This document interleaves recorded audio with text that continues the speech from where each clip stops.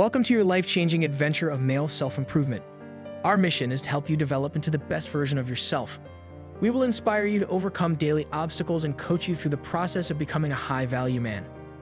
Watching our videos will enhance the quality of your life. Listen up, gentlemen. The information that follows may alter your life.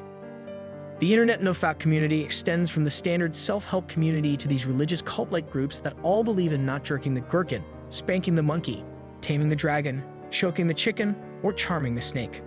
Men claim that it delivers more energy, concentration, a deeper voice, muscle gain, girls appearing out of nowhere, and the ability to see beyond the fabric of space and time.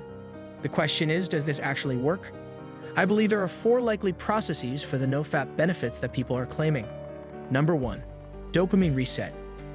The most likely benefit is hitting the reset button on dopamine sensitivity in response to enhanced sexual novelty caused by online adult content. Number 2. Improve self-image. Improving personal self-image by bridging the rationality gap caused by an action associated with guilt or shame as a result of social or religious pressure. Number 3. Retaining life force.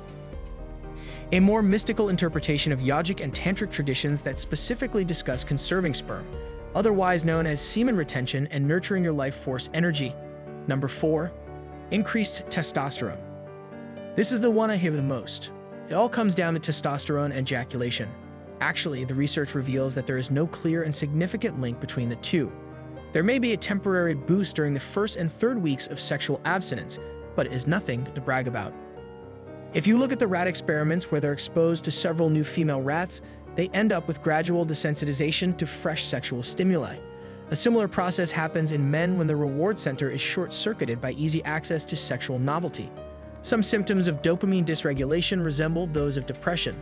Low mood, sleep disruption, poor sexual performance, pleasure-seeking behavior, increased cravings, and reactivity.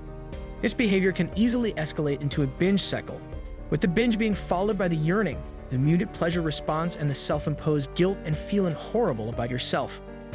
And it all comes together in this massive cycle. When you combine it with the guilt and shame of not being able to talk to anyone about it, you get this downward spiral. So based on what I've seen and the benefits that individuals get from Nofap, it appears like people are transitioning from a pathological condition to a normal state, and the benefits they're perceiving are basically the lack of bad behavior. Do these benefits exist for those who do not have these dysfunctional behaviors? I believe they would be unlikely to reap the same rewards.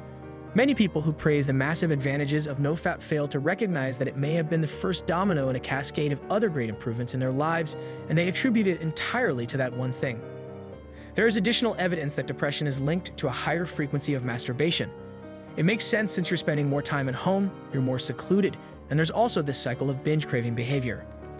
So that's more of a symptom than a cause, and when someone recovers from depression, that frequency will reduce.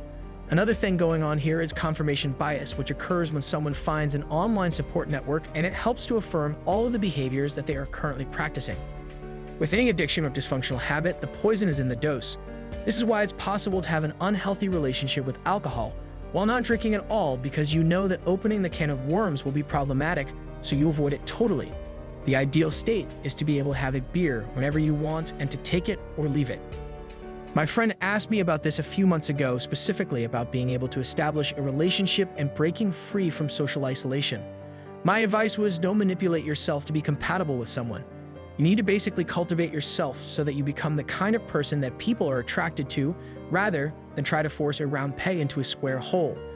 The key is to invest in yourself and replace negative habits with positive ones. Embrace honesty and vulnerability. Recognize that rejection is forgiven and that it does not reflect on you or your character, and avoid starting the snowball effect. Today's final opinion on this is that, from an evolutionary sense, sitting back as a third party and watching someone else fornicate is probably not helpful for your brain. Your brain realizes that this does not give you an evolutionary advantage, and it will behave poorly, so let me know in the comments below if you agree or disagree. Remember, gentlemen, to stand out, you must break free from the pack and blaze your own trail. Stay strong.